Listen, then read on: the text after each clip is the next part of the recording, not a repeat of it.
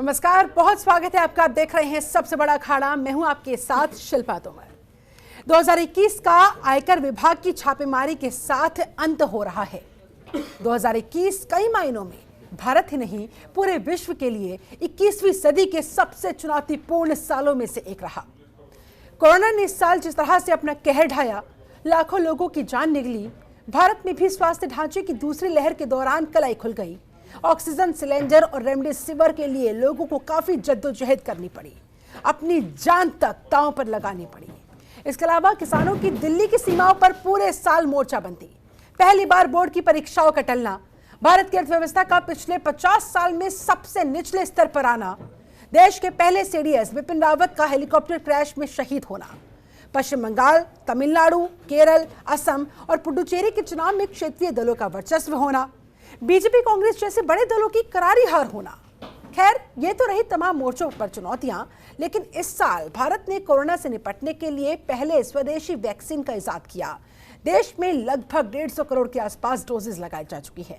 18 साल से ऊपर की 90% आबादी को वैक्सीन की एक डोज लग गई है। वहीं 15 साल से 18 साल के बच्चों के लिए भी 3 जनवरी 2022 से वैक्सीन लगनी शुरू हो जाएगी। इसके साथ साथ रक्षा के मोर्चे पर भारत ने बड़ी सफलता हासिल की। पहली बार घाटी में 200 से कम सक्रिय आतंकियों की संख्या रह गई। जम्मू कश्मीर में 370 हटने के बाद आतंक पर इसे बड़ी चोट के तौर पर देखा जा रहा है। इस साल भारत ने अपने रक्षा बेड़े में और राफेल विमान जोड़े, रूस से S-400 मिसाइल हासिल की, तीनों सेनाओं का तेजी के साथ आधुनिकीकरण किया, रक्षा क्षेत्र में आत्मनिर्भरता की ओर तेजी से कदम आगे बढ़ाए। तो राजनयिक दृष्टि से भारत इस मायने में सफल भी रहा कि एक ही समय में अमेरिका और रूस के साथ संबंध प्रगाढ़ हुए। अमेरिका में नए बाइडेन प्रशासन के साथ ही भारत ने करीबी रिश्ते भी आगे बढ़ाए। स्वयं प्रधानमंत्री की अमेरिका यात्रा बेहद सफल रही। चीन के साथ भारत ने कड़ाई बरतते हुए मुद्दे सुलझाने की दिशा में प्रगति हासिल की। अफगानिस्तान में हालात बिगड़ने पर वहां से समय रहते भारतीयों को निकाल लिया गया और जो अफगान यहां आना चाहते थे उनकी भी मदद की गई। इसके साथ साथ कोरोना की दूसरी लहर के थमने के बाद भारत ने काफी हद तक आर्थिक मोर्चे पर भी बढ़त बनाई। किसानों के मुद्दे की बात करें तो उसे भी सरकार ने साल आते आते हल कर ही लिया। यानी कि ये साल शुरुआत में भले ही चुनौतियों से भरा हुआ रहा हो, लेकिन अंत में सुखद परिणाम देखे गए, ये कहा जा सकता है। वहीं ये साल राजनीतिक रूप से सत्ताधारी बीजेपी के लिए इसलिए ज्यादा फलदायी नहीं रहा क्योंकि पार्टी तमाम प्रयासों के बावजूद पश्चिम बंगाल में सफलता हासिल नहीं कर पाई। लेकिन दूसरी तरफ कांग्रेस के लिए भी इस साल निराशाजनक ही रहा क्योंकि विभिन्न चुनावों में उसे और नुकसान उठाना पड़ा। देखा जाए तो ये साल विभिन्न तरह की घटनाओं से भरा हुआ रहा, लेकिन साल के अंत में उत्तर प्रदेश में इत्र कारोबारी के यहाँ पर आयकर विभाग के छापे के दौरान नोटों की जो बोरियां, कई किलो सोना बरामद हुआ, उसे देखकर सभी की आंखें चौंधिया गई। इसके अलावा साल के आखिरी महीने में कोरोना के नए वेरिएंट की दस्तक ने भी लोगों की सांसें बढ़ा दी है, चिंता बढ़ा दी है। 2022 के लिए बड़ी चुनौती बनकर कोरोना एक बार फिर से सामने खड़ा हुआ है। इसके साथ साथ स्वास्थ्य मोर्चे पर भारत कैसे तीसरी लहर के खतरे से निपटेगा, यह भी देखना होगा। राजनीति के लिहाज से देखें तो 2022 की शुरुआत में 5 राज्य और अंत में 3 राज्यों में चुनाव होने हैं, जहां बीजेपी के सामने तमाम बड़ी चुनौतियां होंगी क्योंकि बीजेपी की इन राज्यों में से 6 राज्यों में सरकार है। यानी कि बीजेपी के सामने अपनी सत्ता को बचाने की बड़ी चुनौती है। वहीं कांग्रेस के सामने फिर से अपने आप को मजबूत विपक्ष के रूप में खड़ा करने की चुनौती है। इसके साथ साथ टीएमसी का राष्ट्रीय पटल पर कैसा प्रदर्शन रहता है, ये भी देखने वाली बात होगी। इस पर भी सभी की निगाहें टिकी हुई। सरकार ने 2022 में किसानों की आय दोगुनी करने का लक्ष्य रखा है। ऐसे में यह भी बड़ा चैलेंज है। नया सीडीएस कौन होगा, इसका भी देश को इंतजार है। क्या घाटी में आतंक का फुल एंड फाइनल खात्मा हो जाएगा, ये भी 2022 की एक बहुत बड़ी चुनौती। आज की चर्चा इन्हीं तमाम सवालों के इर्द गिर्द।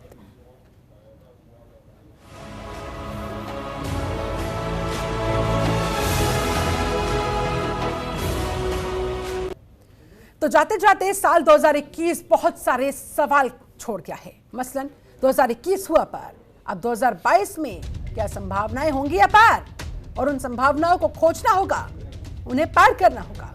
फिर कोरोना का खतरा, कैसे 2022 में निपटेगी सत्ता? क्या स्वास्थ्य ढांचा कोरोना से लड़ने के लिए है तैयार? कहीं ऐसा ना हो दूसरी लहर का मंजर एक बार फिर से आंखों के सामने हो। दरवाजे पर खड़ा ओमिक्रॉन, क्या है 2022 का प्लान? घाटी में आतंक पर प्रहार, 2022 में क्या होगा फाइनल वॉर? किसान की मांगे पूरी, क्या अगले साल किसानों की आय हो पाएगी दोगुनी? यह भी बहुत बड़ा सवाल है, क्योंकि साल 2021 में सबसे बड़ा मुद्दा जो छाया रहा साल भर वो था किसान आंदोलन का मुद्दा। ऐसे में 5 राज्यों में चुनाव भी होने हैं, किसका होगा बेड़ा पार, इस पर भी सभी की निगाहें लगातार टिकी हुई है। हमारे साथ इस समय इस मुद्दे पर चर्चा करने के लिए, इन सवालों के जवाब खोजने के लिए एक पूरा खास पैनल बना हुआ है। एक बार फिर से पैनल के पास में जाती हूँ, उनका मैं तारुफ आपसे करवा देती हूँ। रिटायर्ड मेजर जनरल अनुज माथुर जी हमारे साथ जुड़े हुए हैं, डिफेंस एक्सपर्ट के तौर पर, बहुत स्वागत करती हूँ सर आपका। मनीष गुप्ता जी हमारे साथ जुड़े हुए हैं, अर्थव्यवस्था एक्सपर्ट हैं, बहुत स्वागत है आपका। डॉक्टर रजनीश श्रीवास्तव हमारे साथ जुड़े हुए हैं, हेल्थ एक्सपर्ट है, आपका भी बहुत स्वागत है। Political expert doctor Vishal Mishra हमारे साथ मौजूद है, आपका भी बहुत स्वागत करती हूँ। और कृषि एक्सपर्ट राजेंद्र यादव जी भी हमारे साथ इस समय मौजूद हैं, आपका भी बहुत बहुत स्वागत है। चर्चा की शुरुआत सबसे पहले मैं राजेंद्र यादव जी आप ही के साथ करना चाहूंगी। साल 2021 आप लोगों के लिए बहुत महत्वपूर्ण रहा, या यूं कहा जाए ऐतिहासिक साबित हुआ। लगभग 1 साल तक जो किसान आंदोलन चलता रहा उसे अंत में कामयाबी हासिल हुई, सरकार को झुकना पड़ा। क्या कहेंगे सर, अब 2022 में किसानों की क्या रहने वाली है स्थिति? क्या कुछ आपको सरकार से उम्मीदें किसानों की आय दोगुनी करने को लेकर, अब क्या एक्सपेक्टेशंस? देखिए, मैं सबसे पहले तो जनता टीवी के माध्यम से आने वाले नववर्ष की मंगलमय देता हूँ कि सभी के लिए मंगलमय हो। और बहुत लंबा समय किसानों ने जो है वो सड़क पे काटा है, और ये साल के अंत में किसान क्या कहते हैं अपने घर चले गए, तो ये अपने आप में क्या कहते हैं मैं चाहता हूँ एक सुखद चीज़ है। दूसरी बात आती है भाई सरकार के सामने जो है अभी जो सबसे बड़ा मुद्दा है वो 2022 में जो माननीय प्रधानमंत्री जी ने दे रखा है, एक नारा दे रखा है कि किसान की आय दुगनी करेंगे, तो वो कहीं ना कहीं एक छिन्न भिन्न बिल्कुल हो गया है ये कहीं ना कहीं। और इसका मुझे लगता है कहीं ना कहीं जो ठीकरा फोड़ा जाएगा वो किसानों के सिर ही फोड़ा जाएगा कि आपने बहुत लंबे समय पर आंदोलन किया गया करा, तो इस वजह से कहीं हम लोग क्या कहते हैं अपने रास्ते से भटक गए हैं, तो उसका कहीं ना कहीं हमारे सिर ना फोड़ा जाए, किसानों के सिर ना फोड़ा जाए। सरकार इसमें सीधी सीधी कहीं ना कहीं जो रणनीति है उनको बिल्कुल दिखाए, कहीं ऐसा ना हो कि जैसे कृषि कानून आया था उसी तरीके से आपके समक्ष फिर से प्रस्तुत कर दिया जाए कि भैया चलो हम ये चीज़ एक नई चीज़ लेकर आए हैं। तो कहीं ना कहीं सरकार को अपना स्पष्टीकरण देना पड़ेगा, और सरकार को देखना पड़ेगा कि किसान का भला किस तरीके से होगा। किसान का भला किस तरीके से होगा 2022 में, इसी पर टिकी हुई है नजर। बहुत सारी उम्मीदें भी लगातार बनी हुई है। हमारे साथ रजनीश श्रीवास्तव जी भी जुड़े हुए हैं, हेल्थ एक्सपर्ट है। स्वास्थ्य की दृष्टि से, कोरोना की दृष्टि से देखा जाए, साल 2021 किस तरह का देखा जाए, और 2022 में कौन कौन सी चुनौतियां हमारे सामने मुंह बाय खड़ी है? हेलो जी रजनीश जी बोलिए। हेलो,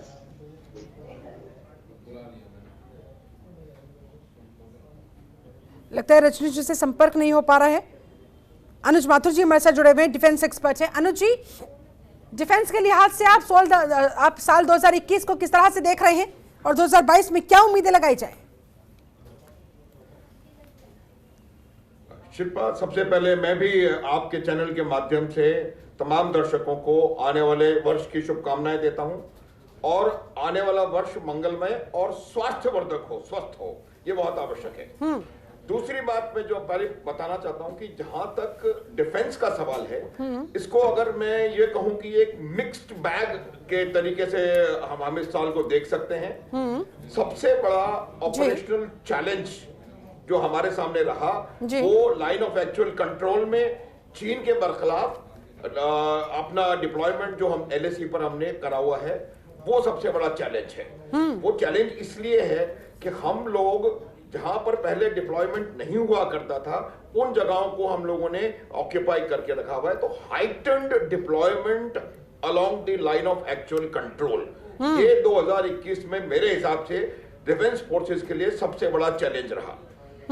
दूसरा जो चैलेंज था वो, जैसा आपने भी अपने रनअप में बोला था कि जो टेररिस्ट एक्टिविटी कश्मीर में है, आपने देखा होगा कि किस प्रकार से वो एक इतना लंबा ऑपरेशन चला साउथ ऑफ पीर पंजाल में, जहां 9 सैनिकों को शहादत दी।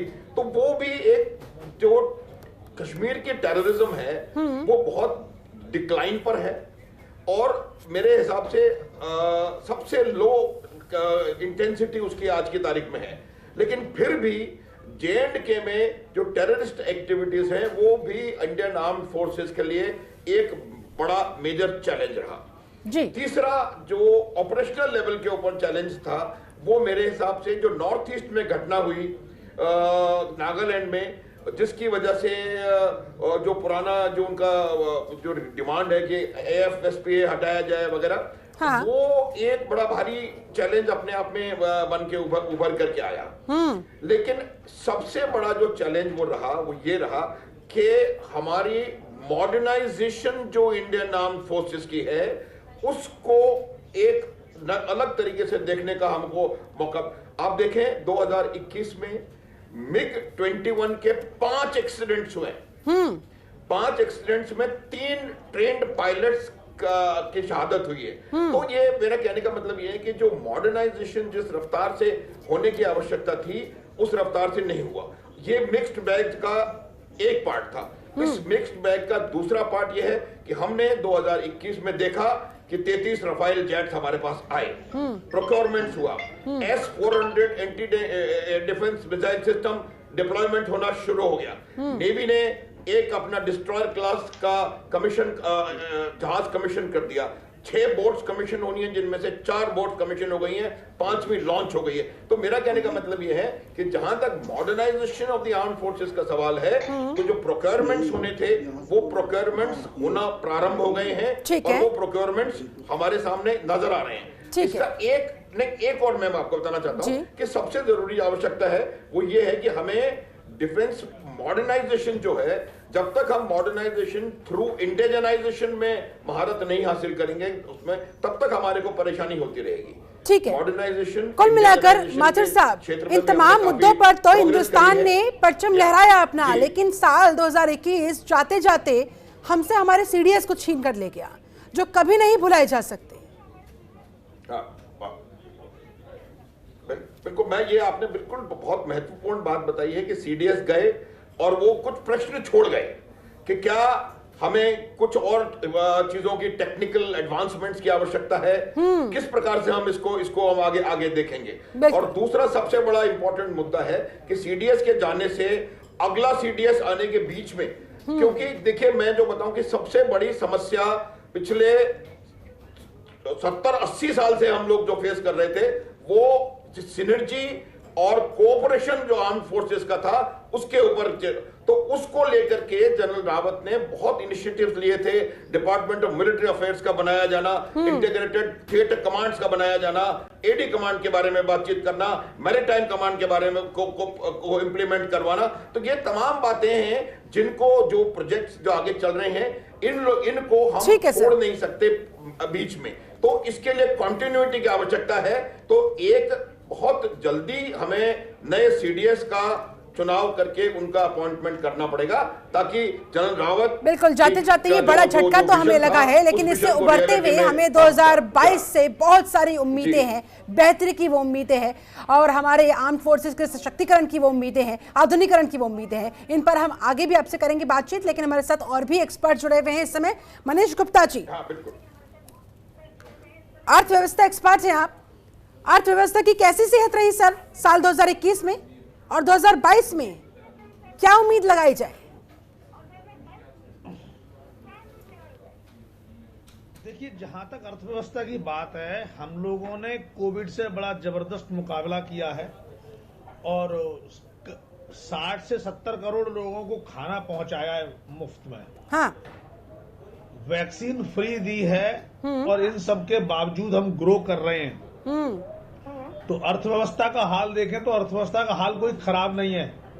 अगर हम एनपीए की पोजीशन देखें तो एनपीए इस बार ऑल टाइम, पिछले 5 साल में ऑल टाइम हाई रहा है, इम्प्रूव्ड रहा है। एनपीए हाई न रह के इम्प्रूव रहा है, जो ये बताता है कि अब बैंक्स अपने रिकवरी कर रहे हैं। एनपीए में कोई बेतहाशा वृद्धि नहीं हुई और जिस तरीके से जीएसटी का कलेक्शन है वो ये बता रहा है कि हमारे देश में सेल परचेज वापस ट्रैक पे आ गई है। ओमिक्रॉन के नए खतरे से जिस तरीके से चीजें आ रही हैं उससे ऐसा लगता है कि थोड़ा डिले होने की संभावना है, थोड़ी दिक्कतें बढ़ेंगी। रोजगार के मामलों पे जरूर थोड़ा सा हम लोग कमजोर साबित हुए हैं, कहीं ना कहीं महंगाई के मुद्दे पे भी हम बहुत ज्यादा कंट्रोल नहीं कर पाए। लेकिन वो दूसरी तरफ अगर देखें तो जिस तरीके से पेट्रोल और डीजल ने जीएसटी के ये रेवेन्यू जनरेट किया है, उससे राज्यों को बहुत आर्थिक जो है मजबूती मिली है। और आने वाले समय में जो राज्य मुफ्त में चीजें बांट रहे हैं, उनके पास रेवेन्यू आने का सोर्स एकमात्र यही तो था कि आप अपने लोकल एक्साइज ड्यूटी और जीएसटी चार्जेस लगा लें। तो आपको महंगाई पड़ी है तो सरकार का रेवेन्यू भी अच्छा हुआ है। तो ऐसे में आर्थिक मुद्दे पर मैं कहूंगा बहुत खराब साल नहीं गया, लेकिन कोविड की वजह से जो साल लॉक रहा, बंद रहा, बिजनेस स्लो रहा, उसकी वजह से नुकसान जरूर हुआ है। मुझे उम्मीद है कि आने वाले साल में ये हम रिकूप कर लेंगे। एक बड़ा फायदा ये हुआ है, इस देश ने ऑनलाइन काम करना सीख लिया है, ऑनलाइन मीटिंग सीख ली है, सेमिनार ऑनलाइन कर लिए हैं। बिल्कुल। तो आने वाले समय में हम होटल इंडस्ट्री में, मीटिंग्स में, ट्रैवलिंग में कॉस्ट बचाएंगे काफी सारी। तो ये देश को जीवन भर की सेविंग होने वाली है। इनका धीमे धीमे छोटा छोटा फायदा आने वाले साल में मिलता रहेगा। लेकिन सर, पूरे साल 2021 में महंगाई ने जमकर आम जनता की कमर जो तोड़ी है, 2022 में क्या उम्मीद लगाई जाए? कुछ राहत मिल पाती हुई नजर आएगी? नहीं, बिल्कुल। देखिए, घटाने की चेष्टा मोदी सरकार ने एक बार करी है। हाँ। मुझे उम्मीद है कि मोदी सरकार आने वाले साल में और बजट में महंगाई पे कुछ लगाम लगाने के कुछ सॉल्यूशन बताएंगे।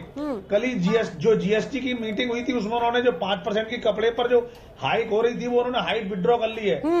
लेकिन अभी कोई महंगाई से बहुत तेजी से कोई राहत मिलनी हो ऐसा कोई नजारा दिख नहीं रहा है। ठीक है। हालांकि उम्मीद जताई जा रही है सरकार इस पे पेट्रोल डीजल पर अगर कोई एक्शन लेती है तो महंगाई निश्चित रूप से घटेगी, जो कि एक बड़ी राहत होगी, जिसका तमाम देशवासियों को है बेसब्री से इंतजार। चलिए ठीक है, लौटती हूँ सर आपके पास। हमारे साथ डॉक्टर रजनीश श्रीवास्तव जी भी जुड़ चुके हैं। रजनीश जी, अगर इस बार मेरी आवाज आप तक पहुंच पा रही हो तो स्वास्थ्य की दृष्टि से, कोरोना के लिहाज से 2021 को किस तरह से देखा जाए, कैसे उसका विश्लेषण किया जाए? हालांकि दूसरी लहर भी हमने इस दौरान साल 2021 में देखी, जिसने तमाम देशवासियों को हिला कर रख दिया। वो भयावह मंजर आज भी हमारी आंखों के सामने आ जाता है। 2022 से अब क्या उम्मीदें लगाई जाए, क्योंकि ओमिक्रॉन वेरिएंट तेजी के साथ अब अपने पैर पसारता हुआ, ये यूं कहा जाए कि तीसरी लहर हमें दिखाई दे रही है सामने से आती हुई। डेफिनेटली 2021 वैसा नहीं रहा जैसे हमारी एक्सपेक्टेशन थी। साल के शुरुआत में बहुत सारे लोगों ने अपने नियर एंड डियर वंस को खोया। हेल्थ केयर सिस्टम पे बहुत अचानक से बर्डन आया। बहुत सारे डॉक्टर ने और हेल्थ केयर वर्कर ने, फ्रंट लाइन वर्कर ने अपनी जान गंवाई। और इसके साथ ही हेल्थ, हमारे जो इंफ्रास्ट्रक्चर है उसकी कमियां भी हमें दिखी कि इतने सालों में जो काम नहीं हुआ था बेसिक हेल्थ इंफ्रास्ट्रक्चर सुधारने का, उस दिशा में भी प्रयास होने शुरू हुए। बहुत सारे ऑक्सीजन प्लांट स्टैब्लिश हुए, बहुत सारे नए मेडिकल कॉलेजेस का शुरुआत होनी शुरू हुई। तो एटली से एक अच्छा साइन ये रहा कि इस दिशा में लोग सोचना शुरू किया और इस दिशा में बातें होनी शुरू हुई कि हमें हेल्थ इंफ्रास्ट्रक्चर अपना अच्छा रखना है। और कहीं ना कहीं ये साल तो काफी गड़बड़ रहा बहुत सारे लोगों के लिए। होप करते हैं कि 2022 अच्छा रहे, पर वो इस पे डिपेंड करता है कि हम इस ओमाइक्रॉन को कितना सीरियसली लेंगे और इसके लिए कितना ज़्यादा हम लोग प्रयास करेंगे। क्योंकि जैसा हम देख रहे हैं अभी यूएस, यूके, सब जगह तो हालत अच्छे नहीं है। और अभी आज ही मुंबई में जैसे हम लोगों ने देखा कि सडन स्पाइक आया है, अचानक से ओमाइक्रॉन के बहुत सारे केस हैं। एक सर्वे सैंपल किया गया है दिल्ली में, जिसमें पाया गया कि हर 2 में से 1 आदमी का जो सैंपल है वो ओमाइक्रॉन पॉजिटिव है। दिल्ली में कुछ लोग जो भी पॉजिटिव आए थे उनको सबको जीनोम सीक्वेंसिंग के लिए भेजा गया, तो 50% सैंपल जो है वो ओमाइक्रॉन के लिए पॉजिटिव आए हैं। ओवरऑल इंडिया में भी एस्टिमेट है कि 18% जो केसेस हैं वो ओमाइक्रॉन है जी। तो अभी इतनी जल्दी हम 1-1.5 महीने पहले जो वायरस आया वो इतनी जल्दी फैल रहा है, तो बहुत सडन स्पाइक एक्सपेक्टेड है। ऐसे में सवाल यही है रजनीश श्रीवास्तव जी कि 2021 में दूसरी लहर के जख्म हमारे अभी भी तरोताजा है, तो तीसरी लहर को हम कैसे रोकें? देखिए, हमारे पास रोकने के लिए 2 उपाय हैं जो बेसिक 2 वेपन्स हैं, जैसा डॉक्टर रणदीप गुलेरिया जी ने भी कहा है, उसके डायरेक्टर जी ने कि जिनके भी वैक्सीनेशन अभी बचे हुए हैं, क्योंकि ऑलमोस्ट 70% लोग ही फुली वैक्सीनेट हो पाए हैं, कई लोगों की सेकंड डोज बची हुई है, वो आगे आके अपने सेकंड डोज जरूर लें। जिन्होंने अभी एक भी डोज नहीं लिया तो अपना नंबर आने पर जरूर डोज ले। वैक्सीनेशन से हिचकिचाहट नहीं करें। बिल्कुल, क्योंकि 2 ही ब्रह्मास्त्र इस समय कोरोना से निपटने को लेकर नजर आ रहे हैं, एक है वैक्सीनेशन, दूसरा है प्रिकॉशन। चलिए सर, लौटती हूँ आपके पास। डॉक्टर विशाल मिश्रा भी हमारे साथ जुड़े हुए हैं, पॉलिटिकल एक्सपर्ट हैं। डॉक्टर मिश्रा, 2021 राजनीति के लिहाज से कैसा माना जाए? आपका विश्लेषण इस पर क्या कहता है सर? और 2022 बेहद महत्वपूर्ण, साल की शुरुआत में ही 5 राज्यों में विधानसभा चुनाव और जाते जाते 3 राज्यों में।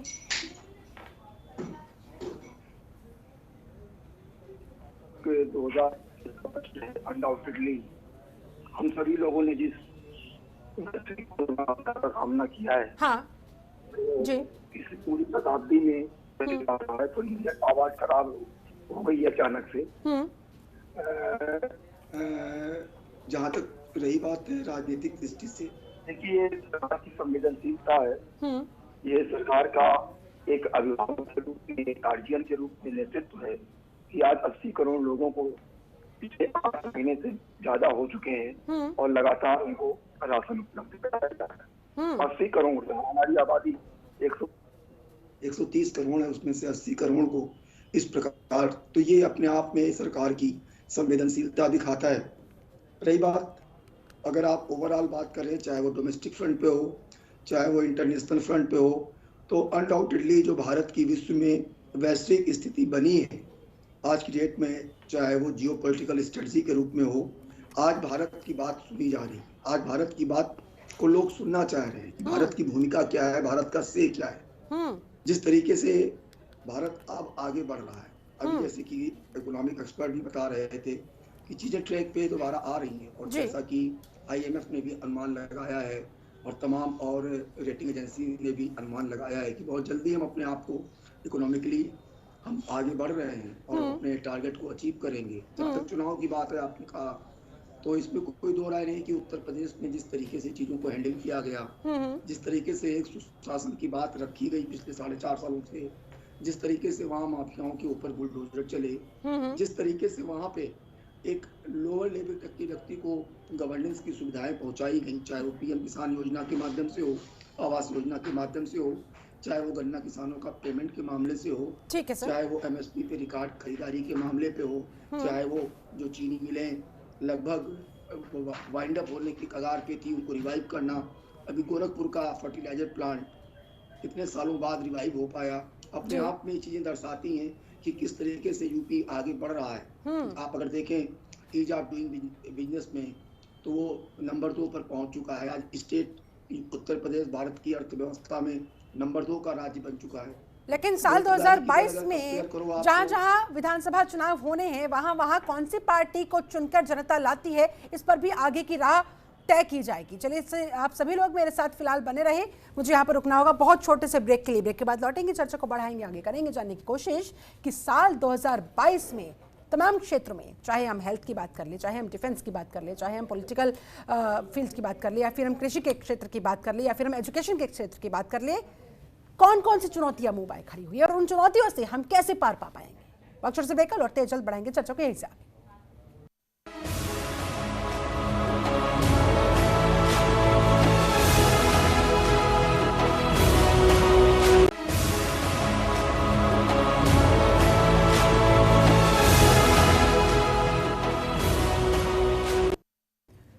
ब्रेक के बाद बहुत स्वागत है आपका।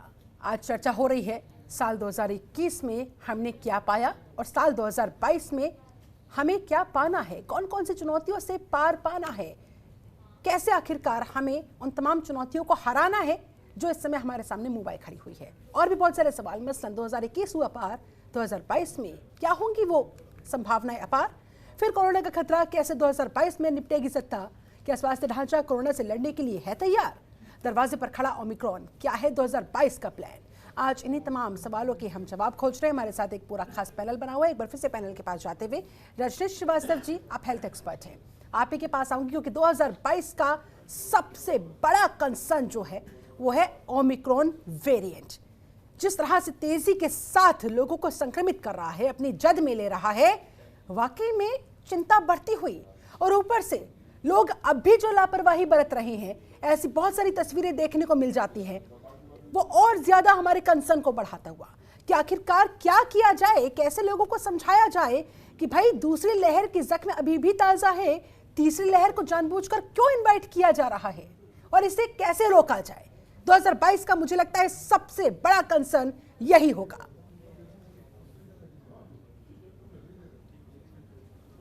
समझना होगा एक पॉइंट के बाद कि ओमिक्रॉन एक बड़ा खतरा है और इससे निपटना इम्पोर्टेंट है। तो जैसे हम देख रहे हैं कि अचानक से बहुत सारे केसेस आने लगे हैं। अभी हम लोग आज ही की अगर बात करें तो महाराष्ट्र में 350 के आसपास केसेस आ गए हैं। पूरे देश में बहुत सारे राज्यों में, अलग अलग राज्यों में ऐसी खबरें आ रही हैं। और जैसे हमने पहले डिस्कस किया, और दिल्ली में एक सैंपल किया गया जिसमें हर 2 में से 1 आदमी ओमिक्रॉन पाया गया। जो पॉजिटिव आ रहे थे उनका जीनोम सीक्वेंसिंग करने के बाद 50% जो सैंपल्स थे ओमिक्रॉन के लिए पॉजिटिव आए गए। तो जो वायरस अभी जस्ट 1 महीने पहले ही डिस्कवर हुआ है, वो अगर 1 महीने में इतना जल्दी फैल सकता है, तो आप एक्सपेक्ट कर सकते हैं कि आने वाले 1 महीने में क्या हाल होगा। इसलिए मैं आपसे जानना चाह रही हूँ कि क्या हम तैयार हैं? हमने अपने स्वास्थ्य ढांचे को देखा था चरमराते हुए, दोबारा ऐसे ना होने पाए, क्या हम इसके लिए तैयार हैं? जी, सेकेंड वेव से तो के बाद से कुछ चेंजेस किए गए हैं। बहुत सारे ऑक्सीजन प्लांट्स बढ़ाए गए हैं, बहुत सारे आईसीयू बेड्स बढ़ाए गए हैं, काफ़ी इंफ्रास्ट्रक्चरल चेंजेस किए गए हैं। पर हेल्थ सिस्टम एक ऐसा सिस्टम है जिसको आप रातों रात चेंज नहीं कर सकते चाह के भी। एक डॉक्टर आप रातों रात पैदा नहीं कर सकते, एक हॉस्पिटल आप रातों रात खड़ा नहीं कर सकते। एक डॉक्टर पैदा करने के लिए आपको कम से कम 10 साल चाहिए, एक हॉस्पिटल चलाने के लिए आपको एटलीस्ट 10 साल चाहिए। तो ये एक लॉन्ग टर्म गोल है, ये पहले होना चाहिए। आज़ादी के बाद अनफॉर्चुनेटली इन सब चीज़ों पे बहुत ज़्यादा ध्यान नहीं दिया गया। तो एक लॉन्ग टर्म गोल होगा। सेकेंड वेव के बाद से काफ़ी काम हो रहा है, बहुत सारे नए इंफ्रास्ट्रक्चर आईसीयू सेटअप्स किए गए हैं, ऑक्सीजन प्लांट्स बनाए गए हैं। पर इस दिशा में प्रयास चलते रहना चाहिए। ये सरकारों की भी प्रायोरिटी होनी चाहिए और जनता की भी प्रायोरिटी होनी चाहिए, जो कि अनफॉर्चुनेटली अभी तक नहीं रही है। तो आने वाले समय में डेफिनेटली स्थिति सुधरेगी। सेकेंड वेव से कुछ बेटर हालात में हम हैं डेफिनेटली, 2 वजहों से। एक तो इंफ्रास्ट्रक्चर भी सुधरा है, दूसरी चीज़ की जैसे हम देख रहे हैं कि ओमिक्रॉन की वजह से जो एडमिशन रेट है वो लगभग 1/4 है। डेल्टा के कंपैरिजन में जो एडमिशन रिक्वायरमेंट है लगभग 1/4 है, बट जो लोग एडमिट हो रहे हैं उसमें मोर्टेलिटी 2.5% के आसपास। तो अगर 100 लोग एडमिट होते हैं तो उनमें से लगभग 2.5 लोगों की मोर्टेलिटी होती है। तो ऐसा नहीं है कि मोर्टेलिटी नहीं हो रही, इसको मतलब हल्के में मत लें। उन 2.5% में कौन होगा ये कोई नहीं जानता है। तो आप नहीं, अपने फैमिली में एल्डर्स या बच्चों के लिए ही आपको प्रिकॉशन तो लेना ही पड़ेगा। किसी ना किसी के लिमिट के बाद आपको ये चीज़ समझना पड़ेगा कि this is a serious thing, हमें कभी ना कभी तो जगना ही पड़ेगा। और अभी हाई टाइम है, क्योंकि अभी सबसे तेज़ी से फैल रहा है। अगर इस समय हम इसको कंट्रोल कर सके तो शायद इसकी रफ्तार को थोड़ी धीमी कर सकें, थोड़ा धीमा किया जा सकेगा। चलिए आपके पास लौटती हूँ, डिफेंस एक्सपर्ट अनुज माथुर जी का रुख करना चाहूँगी। माथुर साहब, 2021 में ये बहुत अच्छी बात रही कि ऑफिशियल आंकड़ों पर अगर विश्वास किया जाए 200 से भी कम एक्टिव आतंकी बताए गए हैं। ऐसे में क्या लग रहा है, जिस तरह से घाटी में आतंक पर 2021 में प्रहार किया गया, 2022 में क्या इसका फाइनल वार होगा, आखिरी वार, सब खात्मा हो जाएगा? शिल्पा, बिल्कुल आप ठीक कह रही है। बहुत मैंने भी कहा था अपने पिछली बार कि बहुत ज़्यादा इसमें हमें सफलता हासिल हुई है, लेकिन ये कहना कि 2022 में पूरी तरह सफाया हो जाएगा या ये हो जाएगा, ये थोड़ा मेरे को दूर की कौड़ी ही लगता है। ठीक है, बहुत कम लेवल पे आतंकवाद को लाके रख दिया है। उससे लाभ ये मिला है कि आपके जम्मू कश्मीर में और खास करके कश्मीर घाटी में इकोनॉमिक एक्टिविटीज हो रही हैं, टूरिज्म बिल्कुल अपने चरम पर है।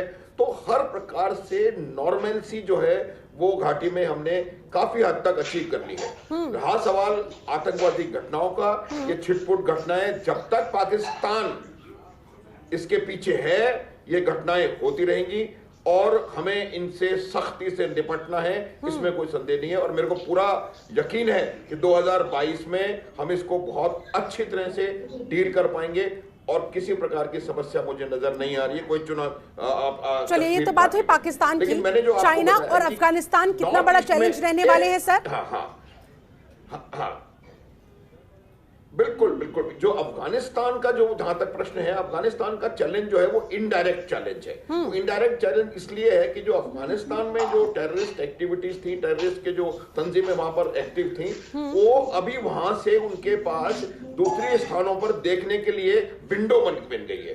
तो वो चाइना भी हो सकता है, सेंट्रल एशियन कंट्रीज भी हो सकते हैं, इंडिया भी हो सकता है। तो मेरा कहने का अर्थ यह है कि चाइना, अफगानिस्तान की परिस्थितियां तब्दील होने की वजह से कुछ प्रेशर भारत में आतंकवादी गतिविधियों में बढ़ोतरी के रूप में देखा जा सकता है, लेकिन उसको हम फिलहाल के लिए छोड़ सकते हैं। जहां तक सवाल चीन का है, ये जो हाइटेंड ऑपरेशनल डिप्लॉयमेंट है लाइन ऑफ एक्चुअल कंट्रोल पे, वो मुझे लगता है कि वो लगातार जारी रहेगा। तीनों आर्म्ड फोर्सेस को अपने आप को वहां पर ऑपरेशनली बहुत एक्टिव और बहुत अलर्ट सिचुएशन में रखने की आवश्यकता है, और उसके लिए सबसे बड़ी जरूरत है प्रोक्योरमेंट्स, मॉडर्नाइजेशन, आर्म्ड फोर्सेस का आधुनिकीकरण। और बहुत, मैंने बताया आपको पहले भी कि बहुत ज्यादा इसमें हमने 2021 में बहुत चीजें होती हुई देखी हैं, लेकिन और आवश्यकता है कि जो हमारे पेंडिंग हैं, ड्रोन्स लेने हैं, कई चीजें हमारी इन पाइपलाइन है, पेंडिंग है, उनको आना चाहिए। बिल्कुल। दूसरा, बजट एलोकेशन जो है वो बहुत इंपॉर्टेंट है। आप मॉडर्नाइजेशन करना चाहते हैं, लेकिन मॉडर्नाइजेशन के लिए जब तक आपके पास बजटरी सपोर्ट नहीं है तो मॉडर्नाइजेशन संभव नहीं हो पाएगा। आपको चीजें बाजार, तो इसमें दो चीजें मुद्दे जरूरी हैं जो कि हमको 2022 में देखने को मिल सकते हैं। प्रोक्योरमेंट का एक सबसे बड़ा काम होता है कि प्रोसीजर जो है, जो डिफेंस प्रोक्योरमेंट प्रोसीजर है, वो बहुत कॉम्प्लिकेटेड और बहुत टाइम कंज्यूमिंग है। मैं आपको बता दूं कि इस बात को सब समझ रहे हैं, और इसीलिए जो डिफेंस प्रोक्योरमेंट मैनुअल है उसका एक नया ड्राफ्ट बनके 2022 में टेबल होने की संभावना है। ठीक है सर, इस पर भी सभी की निगाहें टिकी हुई है। ऐसे में आपसे ये भी जानना चाहेंगे, समझना चाहेंगे कि डिफेंस के क्षेत्र में ही अमेरिका के साथ और रशिया के साथ हिंदुस्तान के रिश्तों पर भी सभी की निगाहें टिकी हुई है। उस लिहाज से 2022 को किस तरह से देखा जाए? आप देखिए, जैसे अभी प्यूटन आए थे, उनके आने से जो काफी समय से लंबित AK-203 का प्रोजेक्ट था जो अमेठी में आने वाला था, जॉइंट मैन्युफैक्चरिंग का, उसमें दस्तखत हुए हैं। तो हमारा जहां तक प्रश्न है, क्योंकि हम अभी भी सोवियत रशिया से, रूस से लिए हुए बहुत सारे इक्विपमेंट का इस्तेमाल कर रहे हैं, तो हमारा जहां तक रूस के साथ मिलिट्री जो है वो लगातार जारी रहेगा, रहना पड़ेगा। आपकी आधी से ज्यादा एयरफोर्स के जो जहाज हैं वो वहां के हैं, उनका एमिनेशन आएगा, उनके स्पेयर्स आएंगे, उनके अदर बाकी चीजें आएंगी, तो वो लगा रहे। और दूसरा सवाल जहां तक वेस्टर्न वर्ल्ड का है, वहां से भी हमने डिफेंस अरेंजमेंट किए हुए हैं, वहां से भी प्रोक्योरमेंट्स हो रहे हैं। तो ये मुझे लगता है कि इससे ना तो रूस को कोई विशेष फर्क पड़ने वाला है, ना अमेरिका को। हमारा अमेरिका के साथ, और जाहिर सी बात है, हमारा डिफेंस जितना मजबूत होगा उतना ही दुश्मन थर्राएंगे, उतना ही दुश्मन घबराएंगे। ठीक है सर, आपके पास लौटती हूँ। मनीष गुप्ता जी हमारे साथ जुड़े हुए हैं। मैं बहुत जरूरी बताना चाहता हूँ। ठीक है, बोलिए सर, बोलिए, please please please please please sir, बोलिए सर। हाँ, मैं ये कह रहा था कि इसके जो डिफेंस प्रोक्योरमेंट मॉडर्नाइजेशन के अलावा एक और बहुत जरूरी चीज जो है, जो कि हमको देखने को मिली है, वो ये है कि जो इंफ्रास्ट्रक्चरल डेवलपमेंट है, खास करके नॉर्थ ईस्टर्न इलाकों में और अरुणाचल प्रदेश में, या चाइना के LAC के खिलाफ, वो बहुत ही ज्यादा, बहुत कम स्तर पे था। तो वो पिछले साल ने बहुत उसमें इंप्रूवमेंट देखा है। 11 पुल बने हैं लद्दाख में, 3 सड़कें बनी हैं, 10 सड़कों का इनॉग्रेशन अरुणाचल प्रदेश में हुआ है। तो इंफ्रास्ट्रक्चरल डेवलपमेंट उतना ही जरूरी है। आपके पास जहाज है, आपके पास टैंक है, आपके पास गन है, लेकिन उस गन को युद्ध क्षेत्र में ले जाने के लिए सड़क नहीं है। बिल्कुल, इस लिहाज से इंफ्रास्ट्रक्चर पर भी उतना ही ध्यान देना होगा। चलिए ठीक है सर, आपके पास लौटती हूँ। मनीष गुप्ता जी, अर्थव्यवस्था से क्या उम्मीदें अब आगे लगाई जाए, क्योंकि तीसरी लहर भी आ रही है, उसकी शुरुआत हो चुकी है, और हमने देखा था दूसरी लहर के दौरान क्या कुछ हालात उत्पन्न हुए थे और उसका देश के इकोनॉमी पर क्या कुछ असर पड़ा था। सर, इसलिए चिंता हो रही है 2022 में भी कहीं ऐसा ना होने पाए। देखिए, मैं समझता हूं चिंता करने की बिल्कुल आवश्यकता नहीं है। जिस तरीके से, देखिए, हमारा देश एक बहुत बड़ी जनसंख्या का देश है, लगभग 140 करोड़ की जनसंख्या है। तो हमारे लिए हम ही क्रेता हैं, हम ही विक्रेता हैं। हमारा अपना प्रोडक्शन अपने लोगों के काम आ जाता है, तो डिमांड और सप्लाई हमारे खत्म नहीं होगी, यानी प्रोडक्शन चलता रहेगा, डेवलपमेंट होता रहेगा, प्रोड्यूस और हम कंज्यूम करते रहेंगे।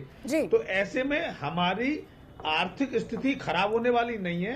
हाँ, अगर हम रोजगार की समस्या पर काबू पा लेते हैं तो आने वाला समय हमारा सुनहरा होगा। अब देखिए, रोजगार की बात क्या है, हमारे देश में बड़ी प्रॉब्लम है, हर एक को नौकरी चाहिए। बिल्कुल, बेरोजगारी बहुत बड़ी समस्या है। खड़ा होता है, हम उसको दुश्मन की तरह देखते हैं।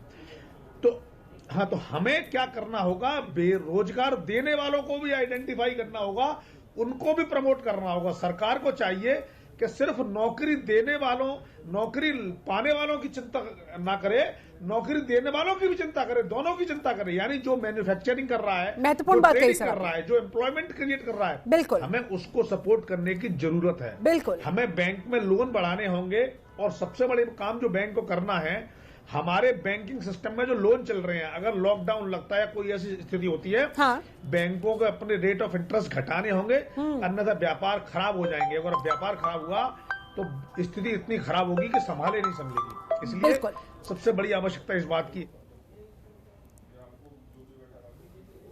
पार्टिसिपेट करें। यानी कि एक लंबी चेन है जो एक दूसरे से एसोसिएटेड है। ऐसे में हर वर्ग को सोचना होगा, एक दूसरे के सहयोग के साथ हमें इस चुनौती से पार पाना होगा, तभी यह संभव हो पाएगा कि हम इस जंग को जीते। बहुत बहुत शुक्रिया आपका मनीष गुप्ता जी, हमारे साथ जुड़ने के लिए, समय निकालने के लिए। कृषि एक्सपर्ट भी हमारे साथ जुड़े हुए हैं, राजेंद्र यादव जी। राजेंद्र जी, अब मांगे तो किसानों की मान ली गई है, लेकिन अब आय दोगुनी हो पाए किसानों के हालात सकारात्मक तरीके से बदल पाए, खुशहाल वो और ज्यादा हो पाए, क्या कुछ उम्मीदें, क्या किए जाने की आवश्यकता नजर आती है किसानों के स्तर पर भी और सरकार के स्तर पर भी? देखिए, किसान चाहता है कि जिस तरह उद्योग जगत को एक स्थान दिया गया है, दर्जा दिया गया है, उसी तरीके से कृषि जगत को भी दर्जा दे दिया जाए। इससे क्या है, किसान की जो बदहाली है वो खुशहाली में बदल जाएगी। क्योंकि कहीं ना कहीं देखने को आता है कि उद्योग जगत जो है वो बहुत आसानी से बैंकों से लोन ले लेता है और अपना काम जो है आगे निकाल देता है। यहाँ किसान क्या है, किसान को बड़ा दर दर की ठोकर खानी पड़ती है कि भाई अपनी फसल बेचने के लिए भी उसे दर दर की ठोकर खानी पड़ती है, अगली फसल क्या कहते हैं जो पैदा करनी है उसके लिए भी उसे पैसे की व्यवस्था करनी पड़ती है। तो कहीं ना कहीं इसी बीच में पूरा देश का किसान जो है वो कुचला जाता है। तो इसीलिए जो किसानों की तरफ से मांग एमएसपी की गारंटी की बात कर रहे थे, वो कहीं ना कहीं बिल्कुल जायज मांग है और उस पर सरकार को बहुत जल्दी से उस पर फैसला लेना चाहिए। और दूसरी चीज ये है कि कृषि जगत को भी उद्योग जगत की तरह खुली छूट दी जाए, वो भी बैंक में जाके अपनी प्रॉपर्टी को मॉर्गेज करे और वहाँ से पैसा ले ले। उसको साहूकार से पैसे लेने की जरूरत नहीं पड़नी चाहिए, उसको कहीं और से जरूरत नहीं पड़नी चाहिए, सीधा जाए बैंक में ले। क्योंकि देखने में आता है कि 1000 मीटर की फैक्ट्री पर आप 1 करोड़ रुपये उठा सकता है जो उद्योग जगत जो होता है, लेकिन यही किसान जो है वो अपने 10 बीघे या 50 बीघे पर एक ट्रैक्टर लेकर आता है। तो ये कहीं ना कहीं जो भेदभाव है, ये भेदभाव आने वाले समय में खत्म होना चाहिए। जब तक ये भेदभाव खत्म नहीं होगा, किसान की आय दुगनी नहीं होगी। ये सिर्फ एक फॉर्मूला है, ये सिर्फ एक मनगढ़ंत कहानी है, वो चलती रहेगी और किसान को इसी तरीके से गुमराह किया जाएगा। किसान को गुमराह करना बंद किया जाए, उस पर एक सकारात्मक काम होना चाहिए जिससे देश का जो किसान है वो खुशहाल हो। देश का जो किसान है वो खुशहाल हो, इस पर गंभीरता के साथ काम होना चाहिए, ईमानदारी के साथ काम होना चाहिए। पॉलिटिकल एक्सपर्ट भी हमारे साथ लगातार जुड़े हुए डॉक्टर विशाल मिश्रा जी। डॉक्टर विशाल, अब 2022 में सर पक्ष विपक्ष के बीच जिस तरह से आरोप प्रत्यारोप देखने को मिलता है, जिस तरह से हंगामा लगातार देखने को मिलता है तमाम मुद्दों को लेकर, और उसका असर सीधे तौर पर फिर संसद के अंदर सदन की कार्यवाही के स्थगन के तौर पर जो हम देखते हैं सर, वो बहुत दिल दुखाता है। ऐसे में 2022 में क्या उम्मीदें की जा सकती है राजनीतिक दलों से कि वो थोड़े से गंभीरता के साथ इस मुद्दे पर सोचेंगे, थोड़ी अपनी मैच्योरनेस दिखाएंगे? जिन मसलों पर चर्चा के लिए उन्हें चुना गया है, सदन तक भेजा गया है, वाकई में जन सरकार से जुड़े उन मुद्दों पर वो चर्चा करते नजर आएंगे? देखिए, ये बहुत दुर्भाग्य है कि जिस तरीके से संसदीय मर्यादा का पालन किया जाना चाहिए ऐसा नहीं हो रहा है। उसके कई कारण हैं, लेकिन जो सबसे महत्वपूर्ण कारण है वो ये है कि जो विपक्ष है वो लोकतंत्र में अपनी रचनात्मक भूमिका का निर्वहन नहीं कर रहा। देखिए, विपक्ष का मतलब केवल विरोध ही नहीं होता है। विरोध करिए, पूरा करिए, सरकार को कटघरे में खड़ा करिए, सवाल पूछिए, ये उनका लोकतांत्रिक अधिकार है, कोई विरोध कंस्ट्रक्टिव हो, बिल्कुल वो कंस्ट्रक्टिव हो, डिस्ट्रक्टिव नहीं होना चाहिए। अब आप बताइए, पर मिनट सदन की कार्यवाही पर कितने लाख रुपए खर्च होते हैं? लगभग 2.5 लाख रुपए। इतना टैक्स पेयर का, आम आदमी का पैसा आप इस तरीके से सदन की कार्यवाही में आप भाग नहीं लेते हैं। आप लगातार बायकॉट किए रहते हैं। जहां सरकार से सवाल पूछना चाहिए वहां आप सरकार से सवाल नहीं पूछते हैं। फिर आप टीवी चैनल पर सवाल करते हैं, डिबेट में सवाल करते हैं, प्रेस कॉन्फ्रेंस करते हैं। अरे भाई, जो लोकतंत्र का मंदिर है, जनता ने आपको चुन के भेजा है, जिसके आप प्रतिनिधित्व करते हैं, जिनके आप अगुआ हैं, नेता हैं, उसके लिए बाकायदा एक जगह है, डिस्कशन के लिए है, फोरम है। और तब जब सदन शुरू होने के पहले दिन ही प्रधानमंत्री जी ये बात कह दें कि हम चर्चा के लिए तैयार हैं। खुले मन से चर्चा करिए, सवाल पूछिए, हम सबका जवाब देने को तैयार हैं। अब आप बताइए किस तरीके, अब कह रहे हैं कि तो फिर हंगामा करते हुए राजनीति क्यों? अब उससे होता क्या है कि जो उनके फॉलोअर्स हैं वो भी उसी ट्रैक पर चलना शुरू कर देते हैं। तो आपको एक रोल मॉडल बनना पड़ेगा। You have to prove, you have to set an example so that the coming generation should follow you in such a way कि आप एक आदर्श राजनीति स्थापित कर सके। उसकी सबसे बड़ी कमी यह है कि आज कैडर ट्रेनिंग नहीं होती। हर आदमी अपने आप को नेता कहता है। ठीक है, नेता होना भी चाहिए, मैं तो इस बात का पक्षधर हूँ कि every man is a political, लेकिन वो रचनात्मक भूमिका होनी चाहिए। आप सरकार से सवाल पूछिए, सरकार को कटघरे में खड़ा करिए। बिल्कुल सर। और रही बात दूसरी, पुराने जमाने की राजनीति को अगर उठाकर देख लिया जाए, उसमें प्रिंसिपल्स होते थे, वैल्यूज होते थे, राष्ट्रहित सर्वोपरि। लेकिन आज की तारीख में मुझे लगता है राजनीति अपने सपने सबसे निचले स्तर पर जा पहुंची है, जहां पर सिर्फ और सिर्फ आरोप प्रत्यारोप, एक दूसरे को कैसे नीचे दिखाया जाए, इसी पर फोकस सभी राजनीतिक दलों का नजर आता है। आप सभी लोगों से मैं जल्दी फाइनल कमेंट चाहूंगी, समय की कमी है। सबसे पहले डॉक्टर रजनीश श्रीवास्तव जी, जाते जाते सर, आज साल 2021 की आखिरी शाम है, क्या कहना चाहेंगे आप कोरोना को लेकर, ओमिक्रॉन को लेकर, साल 2022 की हेल्थ सेक्टर में उन चुनौतियों को लेकर? यही होप करेंगे कि ये आखिरी वेव हो, इसके बाद हमें कोरोना से छुटकारा मिले। लेकिन रियलिटी ये है कि हमें अभी भी अपने साथ कॉशियस होना होगा। मे भी ये कोरोना लंबे समय तक रहे और हम जितने जल्दी वैक्सीनेशन कंप्लीट कर सकें 100% और जितने जल्दी ये माइलस्टोन अचीव कर सकेंगे उतनी जल्दी हम नेक्स्ट वेव्स को आने से रोक सकेंगे। दूसरे जो लॉन्ग टर्म गोल्स हैं, सरकारों को और जनता को अपने दिमाग में रखने होंगे कि हेल्थ को एक प्रायोरिटी समझें, जो कि अभी तक नहीं समझी जाती थी। हाँ। तो अपनी सरकारों से भी एक्सपेक्ट करें कि हेल्थ केयर की तरफ ध्यान दिया जाए, इंफ्रास्ट्रक्चर डेवलपमेंट ऐसे ही जारी रहे आगे। बिल्कुल, घूमना फिरना हो जाएगा, न्यू ईयर सेलिब्रेशन भी आगे जिंदा रहे तभी तो कर पाएंगे, तो ऐसे में पहले जान बचा ली जाए। राजन यादव जी, जल्दी से आपका एक लाइन में सर फाइनल कमेंट, किसानों को लेकर क्या उम्मीद है? देखिए, मैं चाहता हूं कि आने वाले जो समय है, आने वाला जो साल है, सरकार जो है किसानों की तरफ ध्यान दे और किसानों को भी थोड़ा संयम बरतना चाहिए कि सरकार को थोड़ा सा और समय दें, क्योंकि कहीं ना कहीं एक साल, पूरा जो एक साल है वो हम लोगों ने आपस की लड़ाई में जो है वो खोया है उस, और देश और पूरा विश्व जो है एक कोरोना महामारी से अभी भी ग्रसित है। एक दूसरे के सहयोग के साथ हमें और सरकार को इससे निपटना होगा, ध्यान देना चाहिए। ठीक है सर। अनुज माथुर जी, आपका फाइनल कमेंट सर। 3 चीजें बताऊंगा बहुत जल्दी से। पहली चीज, हमको मॉडर्नाइजेशन थ्रू इंडिजनाइजेशन, ठीक है, ये हमारा मकसद होना चाहिए और ये हमें मुद्दा हासिल करने की आवश्यकता है। प्रोक्योरमेंट जो बाहर से आने हैं वो त्वरित गति से हों और इंडिजनाइजेशन को बहुत तेजी से आगे बढ़ाया जाए। डिफेंस कॉरिडोर्स बन रही हैं, ये काम चल रहा है तेजी से। दूसरा, strategic infrastructure development northern border के साथ, ये बहुत आवश्यक है। और तीसरी चीज है सब्सटेंशियल इंप्रूवमेंट हमारी डिफेंसिव और ऑफेंसिव टेक्निकल कैपेबिलिटीज में, साइबर वॉरफेयर हो, इलेक्ट्रॉनिक वॉरफेयर हो, इस प्रकार की कैपेबिलिटीज में हमको देखने की आवश्यकता फिलहाल टिकी हुई है। 2022 में बहुत सारी उम्मीदें लगी हुई है। डॉक्टर विशाल, जल्दी से एक लाइन में सर आपका फाइनल कमेंट।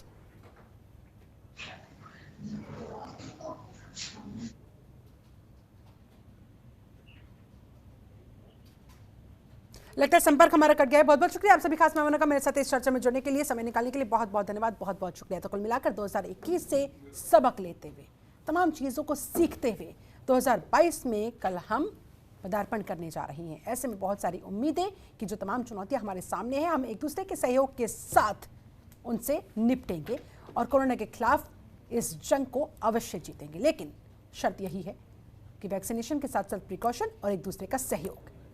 बहुत बहुत शुक्रिया आप सभी खास मेहमानों का मेरे साथ इस चर्चा में जुड़ने के लिए। आप बने रहिए जनतंत्र टीवी के साथ। नमस्कार।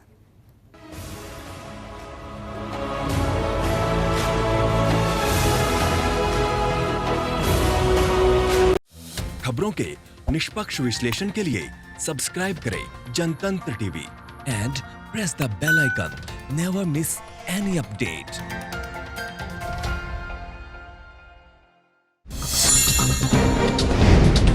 डाउनलोड कीजिए जनतंत्र टीवी ऐप को, जो कि अवेलेबल है गूगल प्ले और ऐप स्टोर पर। अधिक जानकारी के लिए अभी डाउनलोड करें।